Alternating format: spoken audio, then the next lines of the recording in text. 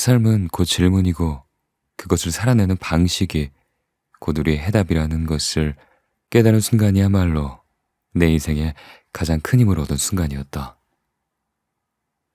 스스로에게 던지는 질문이 무엇이냐에 따라 궁극적으로 우리의 삶의 해답이 정해진다. 문제는 그 질문이 뚜렷하지 않을 때가 많다는 점이다. 우리가 원하는 것들에는 대부분 로드맵 같은 것들이 없어서 올바른 질문을 만들어내기가 어렵다. 명확한 시각은 우리 자신으로부터 나와야 한다. 여정을 직접 계획하고 지도를 만들고 우리만의 나침반을 만들어야 한다. 원하는 해답을 찾으려면 올바른 질문을 스스로 만들어내야 한다. 그리고 그것은 온전히 우리의 몫이고 그 누구도 대신해 줄 수 없는 일이다. 그렇다면 어떻게 해야 하는가? 어떻게 특별한 해답으로 인도해 줄 특별한 질문을 만들 수 있는가? 그럴 때 하나의 질문을 던지면 된다. 당신이 할 수 있는 단 하나의 일. 그것을 함으로써 다른 모든 일들을 쉽게 혹은 필요 없게 만들 수 있는 바로 그 일은 무엇인가? 그 질문을 나 스스로에게 던져보자.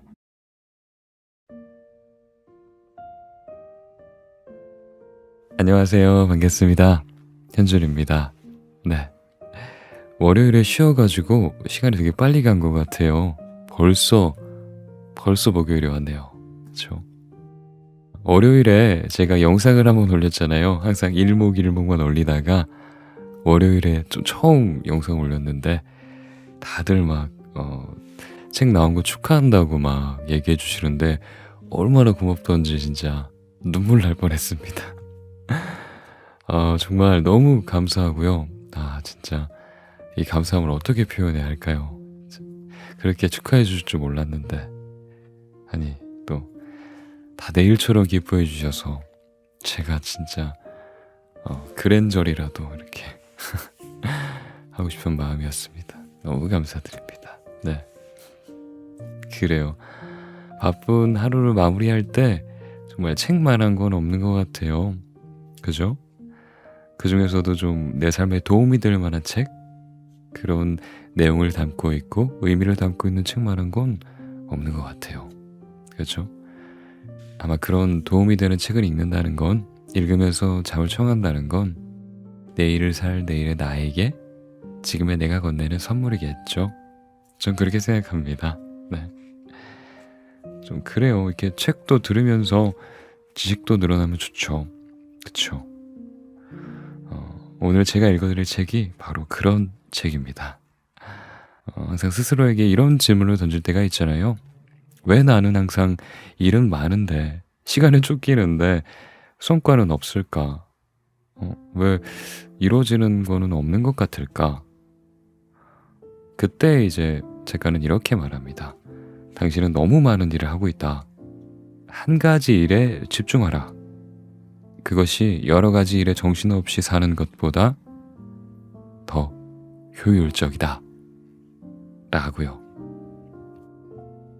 어때요? 좀 솔깃하지 않으신가요? 하나만 해도 된다니. 여러 가지 할 게 많아 죽겠는데 하나만 해도 괜찮다고, 하나만 열심히 잘해도 괜찮다고 말하고 있는 저자인데 이게 굉장히 오래전에 나온 책이거든요. 근데 아직까지 읽힌다는 건 그만큼 내용이 좋다는 거겠죠? 요즘에 다시 베스트셀러에 오른 것 같은데 한 번쯤 꼭, 아니 10번 넘게 읽어봐도 좋을 책이라고 생각합니다. 한번 들어보세요. 네. 이 책을 읽어드리고 뒤에 짧은 저의 서평도 있으니까 감상도 있으니까 그것도 들어주시면 좋을 것 같습니다. 저 행복할 것 같아요. 그래요. 읽어드릴게요.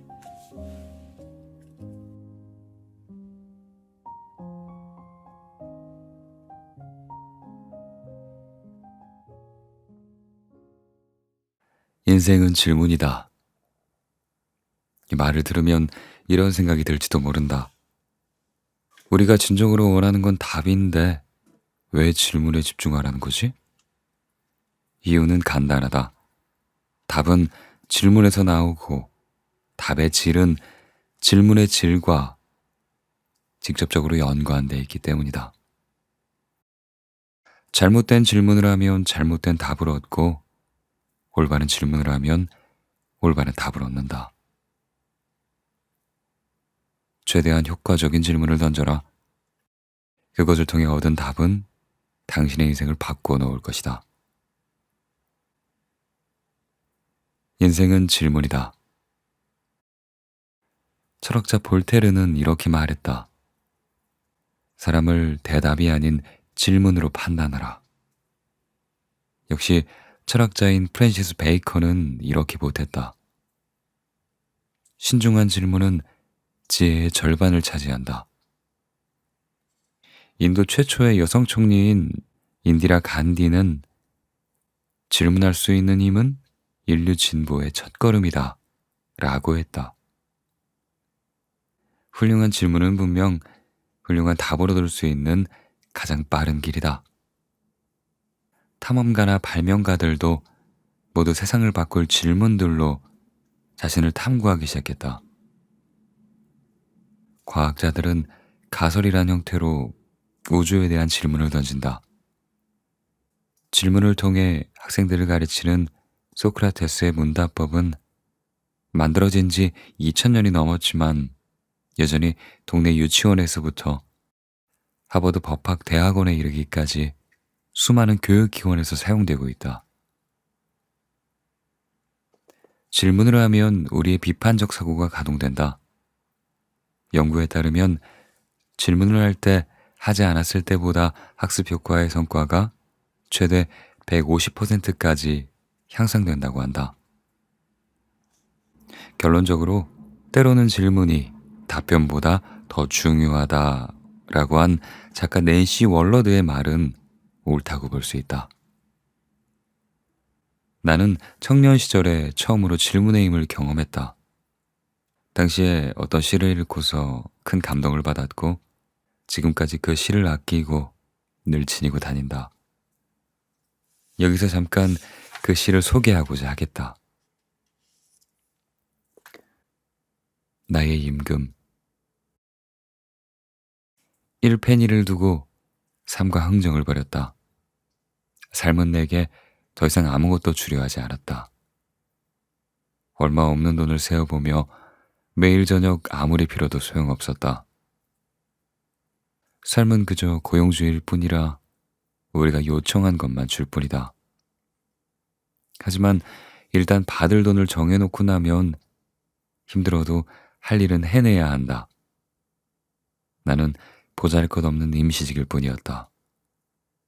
알게 되자 절망할 수밖에 없었다.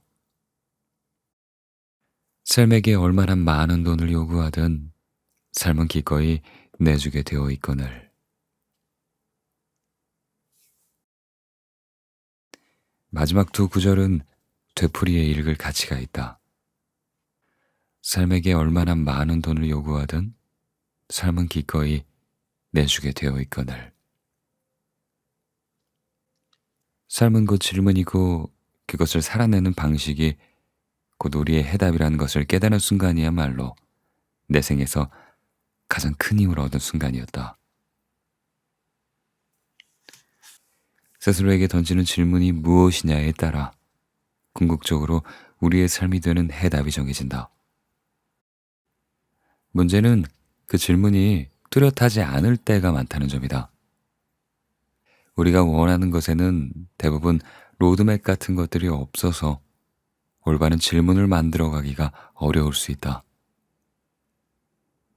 명확한 시각은 우리 자신으로부터 나와야 한다. 여정을 직접 계획하고 지도를 만들고 우리만의 나침반을 만들어야 한다. 원하는 해답을 찾으려면 올바른 질문을 스스로 만들어내야 한다.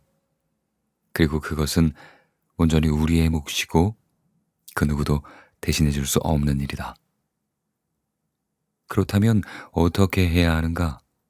어떻게 특별한 해답으로 인도해 줄 특별한 질문을 만들어낼 수 있는가? 그럴 때 하나의 질문을 던지면 된다. 바로 초점 탐색 질문이다. 남다른 삶을 꿈꾼다면 인생을 살아갈 남다른 방식을 찾는 것이 곧 해답이다.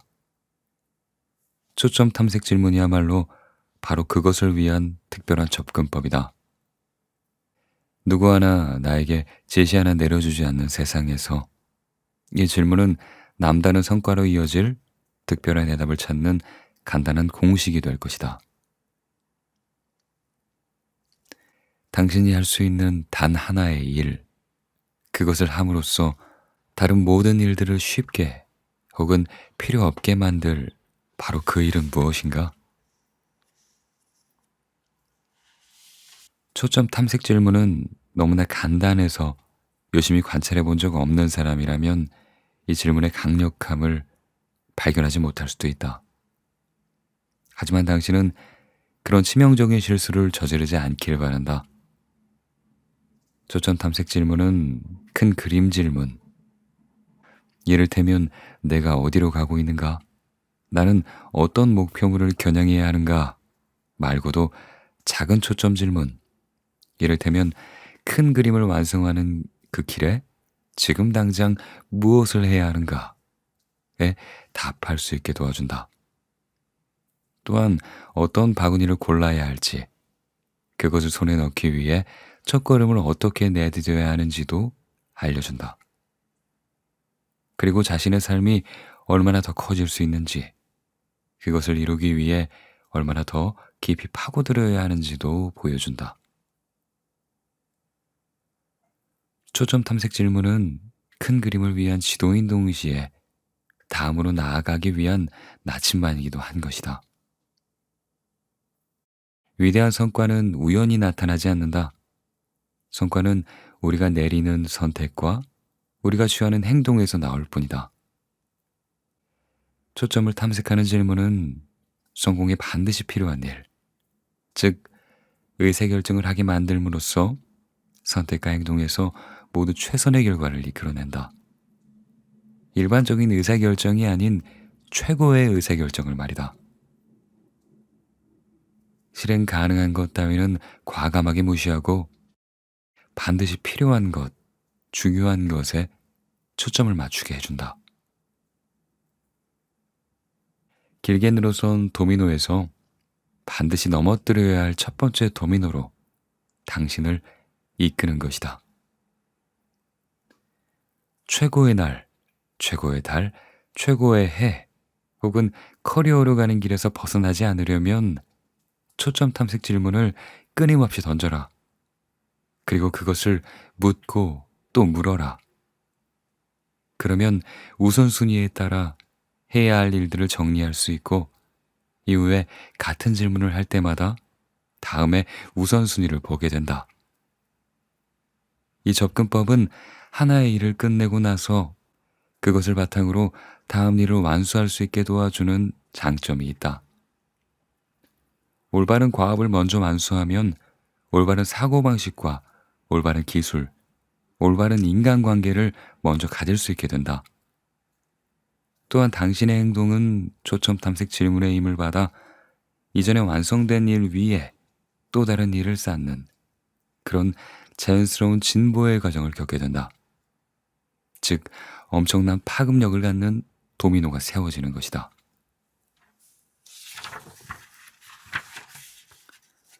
초점 탐색 질문은 다음에 세 파트로 나뉜다.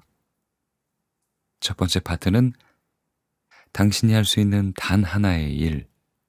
두 번째 파트는 그 일을 함으로써. 세 번째 파트, 다른 모든 일들을 쉽게 혹은 필요 없게 만들 바로 그 일은 무엇인가? 이다. 여기서 각각의 파트에서 무엇을 고민해야 하는지 한번 생각해 보자. 첫 번째 파트, 당신이 할 수 있는 단 하나의 일. 파트 1에서는 초점을 맞춘 행동에 불을 지핀다. 이 물음을 통해 우리는 단 하나를 찾아야 함을 알 수 있다. 이 질문은 당신이 구체적인 무언가를 찾아 나갈 수 있도록 돕는다. 또한 다른 여러 가지 선택지들을 고민하고 있다 하더라도 둘이나 그 이상을 얻을 수는 없기 때문에 오직 단 하나만을 받아들여야 함을 상기시킨다. 당신이 할 수 있는 이란 표현은 당신에게 가능한 행동을 취하라고 지시하는 명령문과 같다.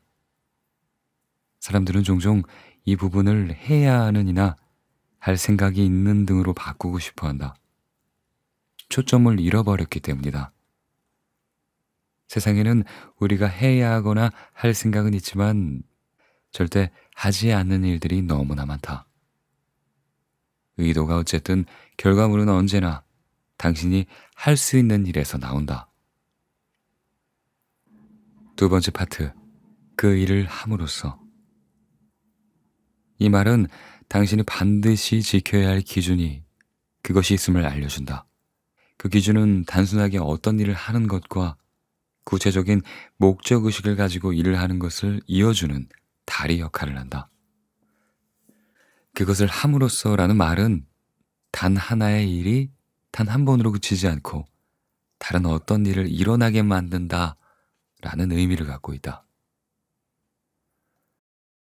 세 번째 파트, 다른 모든 일들을 쉽게 혹은 필요 없게 만들 바로 그 일은 무엇인가?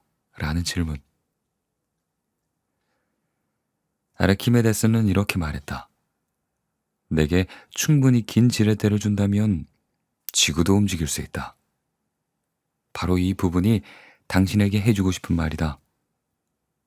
다른 모든 일들을 쉽게 혹은 필요 없게 만들 궁극의 지렛대와 같다.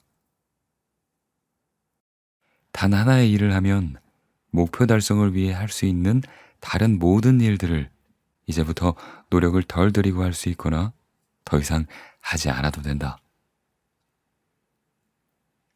대부분의 사람들은 단 하나의 올바른 일을 해내면 얼마나 많은 일들을 할 필요가 없게 되는지 잘 이해하지 못한다. 경주마처럼 옆을 볼 수 없게 눈을 가리고 인생에서 복잡한 다른 것들을 싹 정리하라. 중요한 일에만 집중하고 초점을 흐트러뜨리는 다른 일들을 피하면 인생을 송두리째 변화시킬 가능성이 커진다. 초점 탐색 질문은 첫 번째 도미노를 찾아 그것을 넘어뜨릴 때까지 거기에만 초점을 맞출 것을 요구한다. 일단 첫 번째 도미노를 쓰러뜨린다면 그 뒤로 줄줄이 넘어질 준비가 되어 있는 도미노나 혹은 이미 쓰러져 있는 긴 도미노를 발견하게 될 것이다.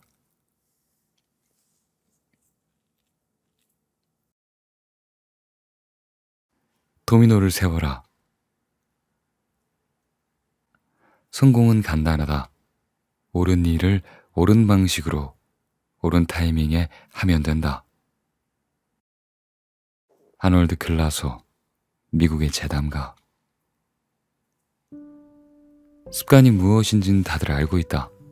습관을 고치기도 새로 만들기도 힘들다.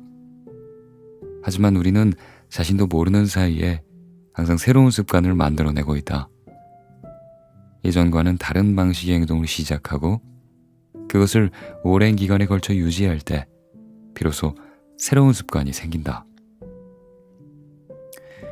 이때 우리가 마주하는 선택은 삶에서 원하는 것을 가져다 줄 습관을 만드느냐, 그렇지 않느냐이다. 그런 습관을 원한다면 초점 탐색 질문이야말로 우리가 가질 수 있는 가장 강력한 성공 습관이라고 할 수 있다. 내게 있어 초점 탐색 질문은 삶의 방식과도 같다. 나는 내게 가장 중요한 우선순위의 업무를 찾을 때, 내게 주어진 시간을 최대로 활용할 때, 그리고 투자 금액 대비 가장 큰 효과를 얻어야 할 때 초점 탐색 질문을 사용한다. 결과물이 절대적으로 중요한 순간이면 언제나 그 질문을 던진다. 아침에 잠에서 깨어 새로운 하루를 시작할 때도 그 질문을 쓴다. 일터에 도착할 때, 그리고 다시 집에 도착할 때도 그 질문을 던진다. 다른 모든 일들을 쉬워지게 하거나 필요 없게 만들 그 단 하나의 일이 무엇인가? 그 질문에 대한 답을 찾고 나면 여러 도미노 조각이 제대로 줄지어 서 있음을 확인할 때까지 계속 같은 질문을 던진다. 초점 탐색 질문은 삶의 서로 다른 여러 분야에서 자신만의 단 하나를 찾도록 도와준다. 초점을 맞추고 싶은 분야를 집어넣어 질문을 달리 표현하기만 하면 된다. 정신적인 행복, 신체적인 건강, 개인적 생활, 핵심 인간관계, 일, 회사, 재정적 문제 등에서 말이다. 그리고 그 질문을 던질 때도 바로 그 순서대로 바로 앞의 것이 그 다음의 것에 기반이 되도록 한다. 또한 지금 당장이나 올해 같은 표현을 넣어 시기를 정해주면 적당한 수준의 긴장감을 부여할 수 있다. 5년 내에 최종적으로 같은 단어를 써서 장기적으로 목표를 안내할 큰 그림을 찾을 수도 있다. 여기 자기 자신에게 던질 몇 가지 초점 탐색 질문들이 있다.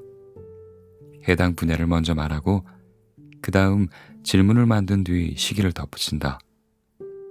마지막으로 그것을 함으로써 다른 모든 일들을 쉽게 혹은 필요 없게 만들 이란 말을 붙여보자.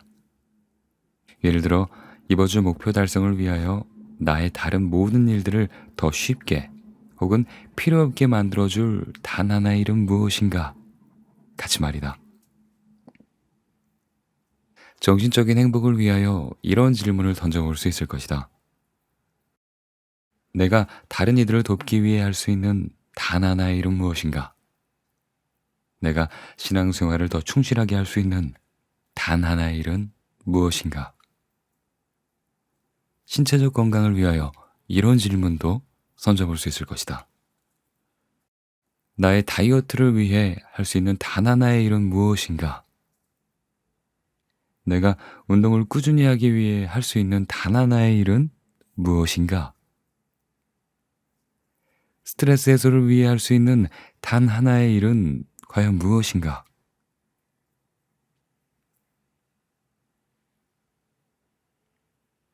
그리고 개인적인 삶을 위하여 또 이런 질문도 던져볼 수 있을 것이다. 나의 능력을 향상시키기 위해 내가 할 수 있는 단 하나의 일은 무엇인가? 나를 위한 시간을 만들기 위해 내가 할 수 있는 단 하나의 일은 무엇인가?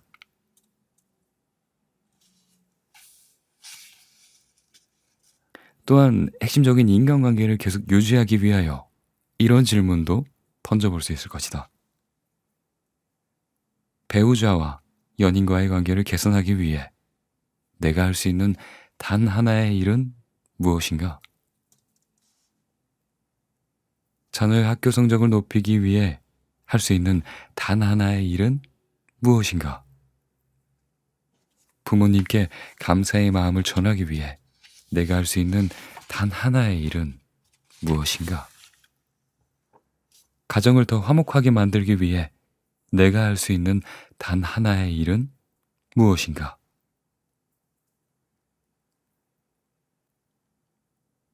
이렇게 일을 위하여, 회사를 위하여, 지정적 문제를 위하여 우리가 던져볼 수 있는 단 하나의 질문을 찾아볼 수 있을 것이다.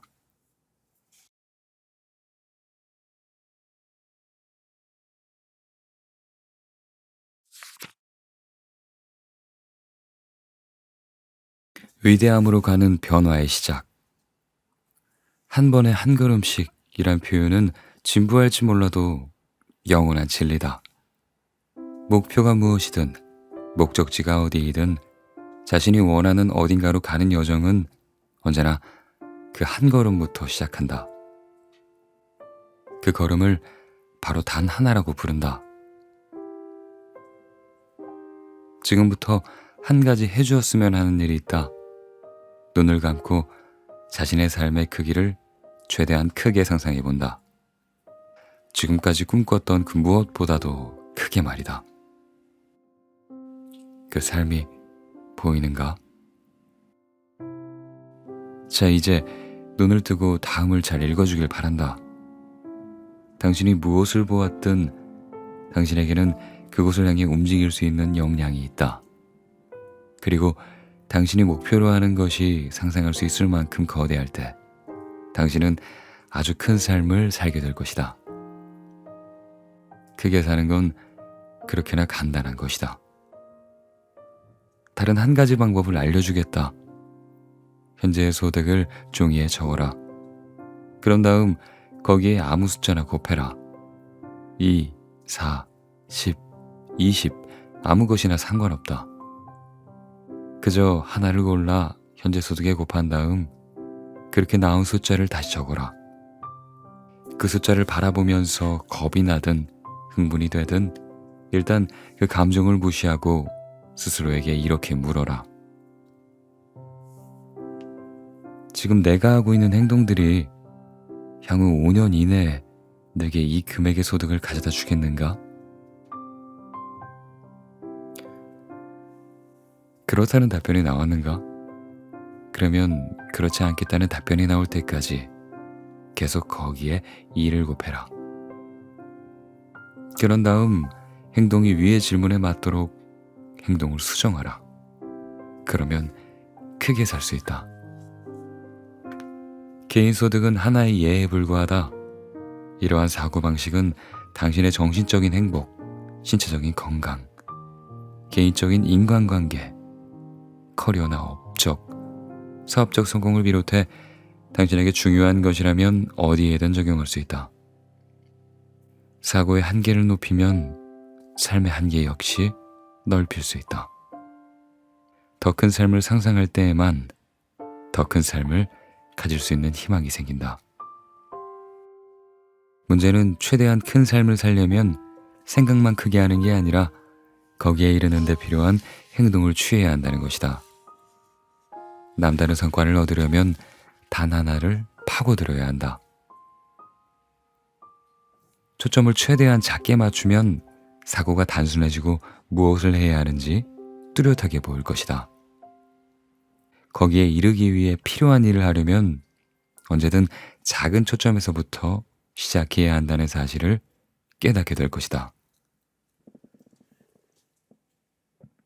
오래전 나는 땅에 사과나무 한 그루를 심고 싶었다. 그런데 여기저기 수소문해 보니 완전히 자란 나무는 살 수가 없었다. 내가 선택할 수 있는 유일한 길은 작은 묘목을 사서 크게 키우는 것이었다. 크게 생각할 수는 있지만 작게 시작하는 것 말고는 다른 도리가 없는 것이다. 그래서 나는 그렇게 했고 5년 뒤에 첫 사과를 얻었다. 처음부터 크게 생각한 덕분에 무슨 일이 벌어졌을까?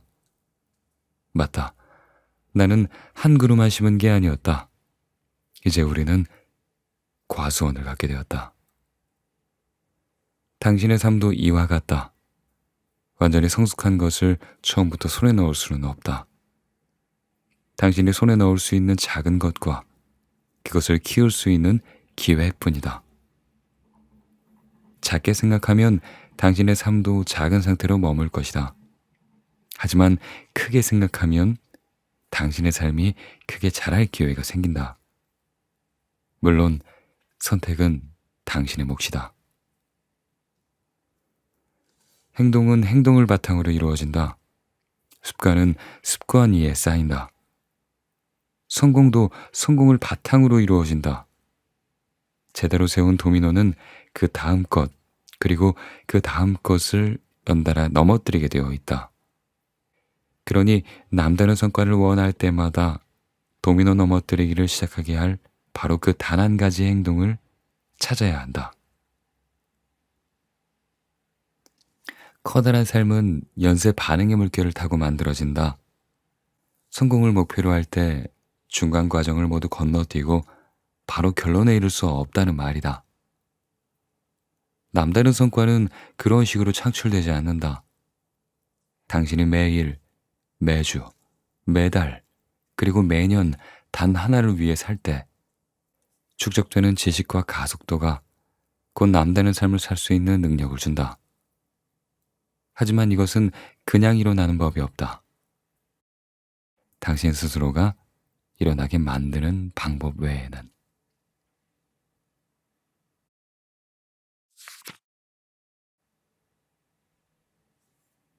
오래된 미래가 건네는 조언. 앞으로 20년 뒤 당신은 한 일보다 하지 않은 일을 후회하게 될 것이다. 그러니 배를 묶은 밧줄을 풀어라. 안전한 부두를 떠나 항해하라. 무역풍을 타라. 탐험하고 꿈꾸고 발견하라. 마크 트웨인.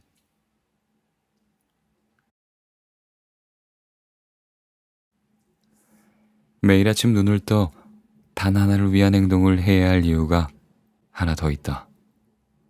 가치 있는 삶으로 가는 길에서 자신에게 가장 중요한 일을 성공시키기 위해 최선을 다하면 성공과 행복이라는 보상뿐 아니라 그보다 더 귀한 무언가를 선물로 받게 된다. 바로 후회하지 않는 삶이다. 과거로 돌아가 18살의 자신과 이야기를 나눌 수 있다면, 미래로 가 80살의 자신을 만날 수 있다면 누구로부터 조언을 듣고 싶은가? 이건 참으로 흥미로운 문제다. 나라면 80살의 나를 택할 것이다. 뒤를 돌아보면 더 길고 넓은 렌즈를 통해 얻은 지혜가 따라올 것이다. 그렇다면 나이 들고 더 현명한 당신은 뭐라고 말할 것 같은가? 삶을 즐겨라. 두려워하지 말고 온전히 살아라. 목적의식을 가지고 거기에 모든 걸 바치고 절대 포기하지 마라. 라고 하지 않을까? 노력 역시 중요하다. 노력이 없다면 결코 닿을 수 있는 최고 수준까지 올라갈 수 없기 때문이다. 또 성취도 중요하다. 성취가 없다면 자신의 진정한 잠재력을 절대 경험하지 못할 것이기 때문이다. 목적의식의 추구 또한 중요하다. 그렇게 하지 않으면 오래도록 지속되는 행복을 절대 느낄 수가 없기 때문이다. 이 모든 것들이 진실이라는 믿음을 가지고 길을 나서라. 그렇게 가치 있는 삶을 살아라. 당신이 그렇게 한다면 결국 다르게 살았으면 어땠을까? 대신에 이렇게 살아서 기쁘다 라고 말할 수 있게 될 것이다. 다르게 했으면 어땠을까?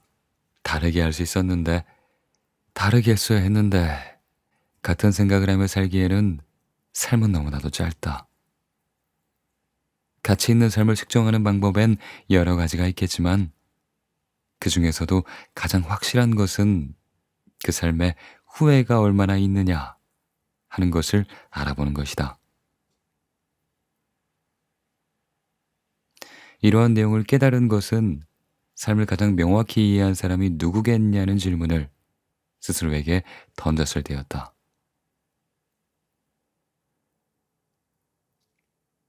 그때 든 생각은 죽음에 다다른 사람이 그러하리라 라는 생각이었다. 끝을 염두에 두고 시작하는 것이 현명한 접근법이라면 삶을 어떻게 살아야 하느냐에 대해 단서를 찾기 위해 죽음을 생각하는 것보다 더 좋은 방법은 아마 없을 것이다.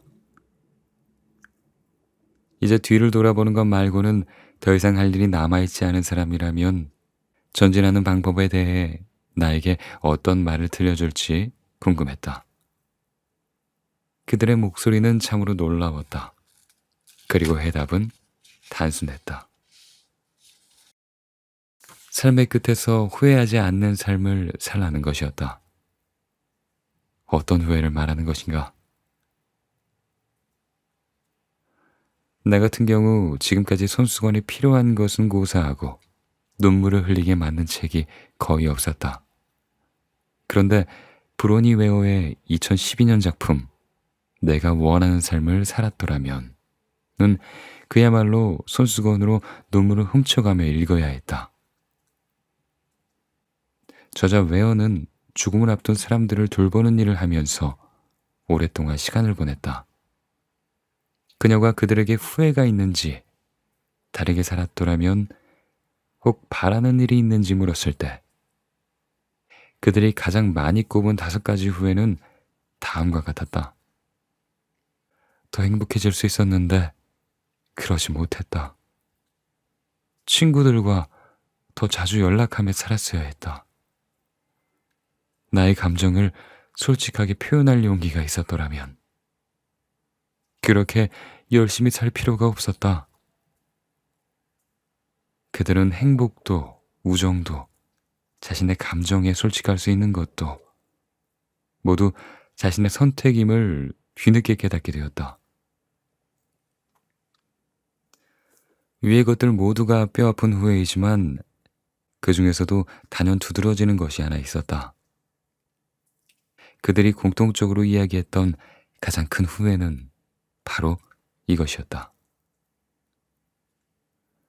다른 사람들의 기대에 부응하는 삶이 아닌 나 자신에게 솔직한 나만을 위한 삶을 살 그 용기가 부족했었다.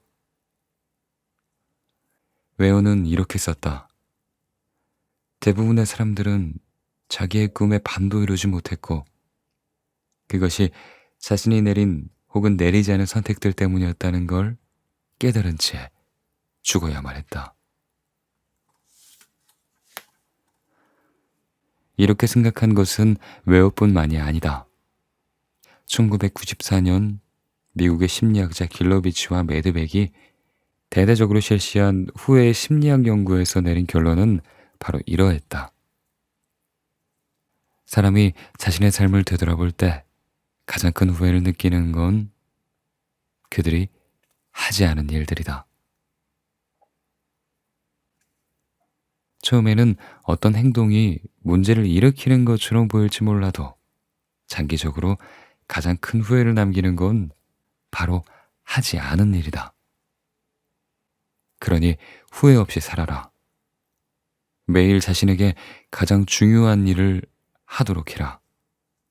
무엇이 가장 중요한지 알 때 모든 일이 이치에 닿는다. 무엇이 가장 중요한지 모른다면 말도 안 되는 것들을 옳다고 판단하고 행동하게 된다. 최고의 삶은 절대 그렇게 만들어지지 않는다.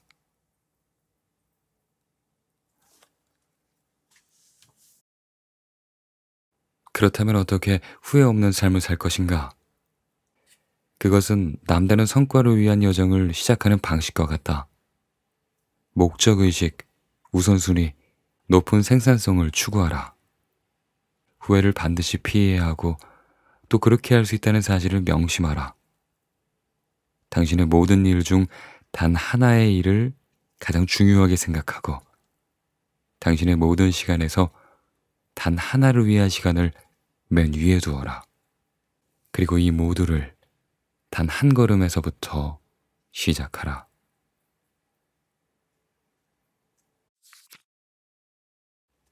다음 들려주는 이야기에서 우리는 어떻게 시작해야 하는지 알 수 있다. 어느 날 저녁 어린 소년이 아버지의 무릎 위에 올라앉아 이렇게 속삭였다.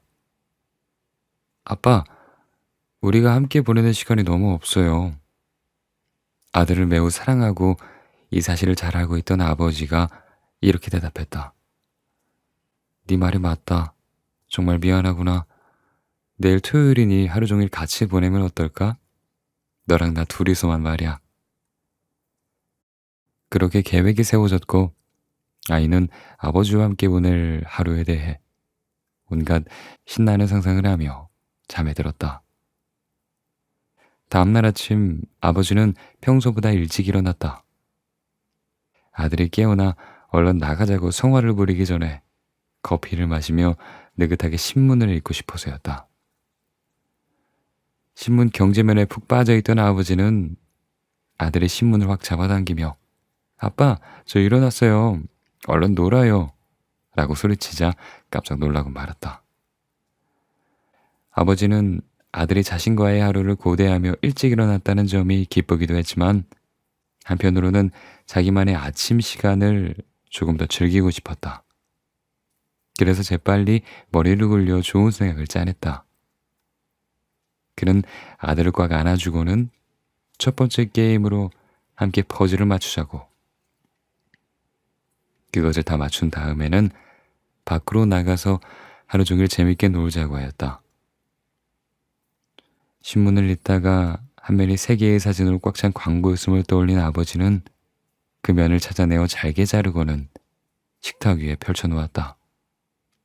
그런 다음 테이프를 가져와 아들에게 이렇게 말했다. 네가 이 퍼즐을 얼마나 빨리 맞추는지 보고 싶구나. 아이는 신이 나 퍼즐에 달려들었고 아버지는 시간을 조금 벌게 되었다는 생각으로 다시 신문에 정신을 몰두했다. 그런데 몇 분도 채 지나지 않아 아이가 아버지의 신문을 잡아당기며 자랑스레 소리쳤다. 아빠, 다 했어요. 아버지는 놀라 깜짝 놀랐다. 자기 앞에 처음 광고지 그대로 한 조각도 어긋나지 않은 채 완벽한 그림이 완성되어 있는 것이 아닌가. 놀란 아버지가 물었다. 대체 어떻게 그리 빨리 맞춘 거니? 아이가 한껏 미소를 지으며 말했다. 쉬웠어요, 아빠. 사실 처음에는 맞출 수가 없어서 포기하려고 했어요. 정말 어려웠거든요. 그러다가 종이 조각 하나를 바닥에 떨어뜨렸어요. 종이를 주우려고 몸을 구부렸는데 식탁 상판이 유리로 돼 있잖아요.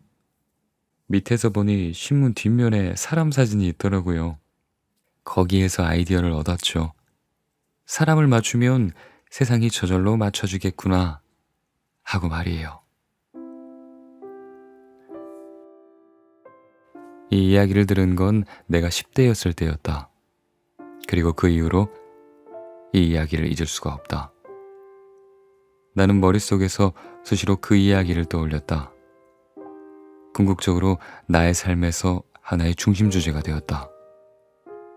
나를 사로잡고 이제까지 내 기억에 남은 건 바로 아들의 창의적인 해결책이었다. 아이는 더 심오한 비밀을 발견했다. 삶에 대해 단순하고도 직접적인 접근법 말이다. 그것은 우리가 개인적으로나 직업적으로 맞닥뜨릴 모든 문제를 해결하는 출발점이기도 하다. 스스로 가능한 최고의 수준에서 남다른 성과를 올리려면 우리가 반드시 이해해야 하는 단 하나, 의심의 여지도 의문의 여지도 없는 단 하나, 성공은 내면에 있다는 것이다. 사람, 즉 스스로를 바로 세워라. 그러면 세상이 저절로 자리를 찾게 될 것이다. 삶의 목적의식을 가지고 매일 자신에게 가장 중요한 우선순위에서 높은 생산성을 올릴 수 있다면 당신의 삶의 조각이 맞춰지는 것은 물론 위대한 성과가 가능해진다. 모든 성공은 당신의 내면에서부터 시작된다. 이제 무슨 일을 해야 할지 알 것이다. 어떻게 해야 할지도 알 것이다. 다음 단계는 아주 단순하다. 당신이 바로 그 첫 번째 도미노다.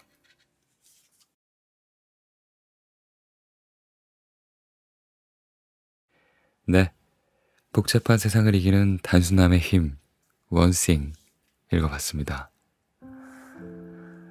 예전에 한번 읽어드렸던 기억이 있는데요. 너무 좋아서 다시 한번 가져왔습니다. 네. 진짜 이거 제가 좋아하는 책이에요. 여러 번 읽었고요. 읽을 때마다 새롭게 다가오는 것 같아요. 밑줄을 치면서 읽기도 했고요. 뭐랄까 울림이 되게 크게 있는 책이어서 자꾸 손이 가나 봐요.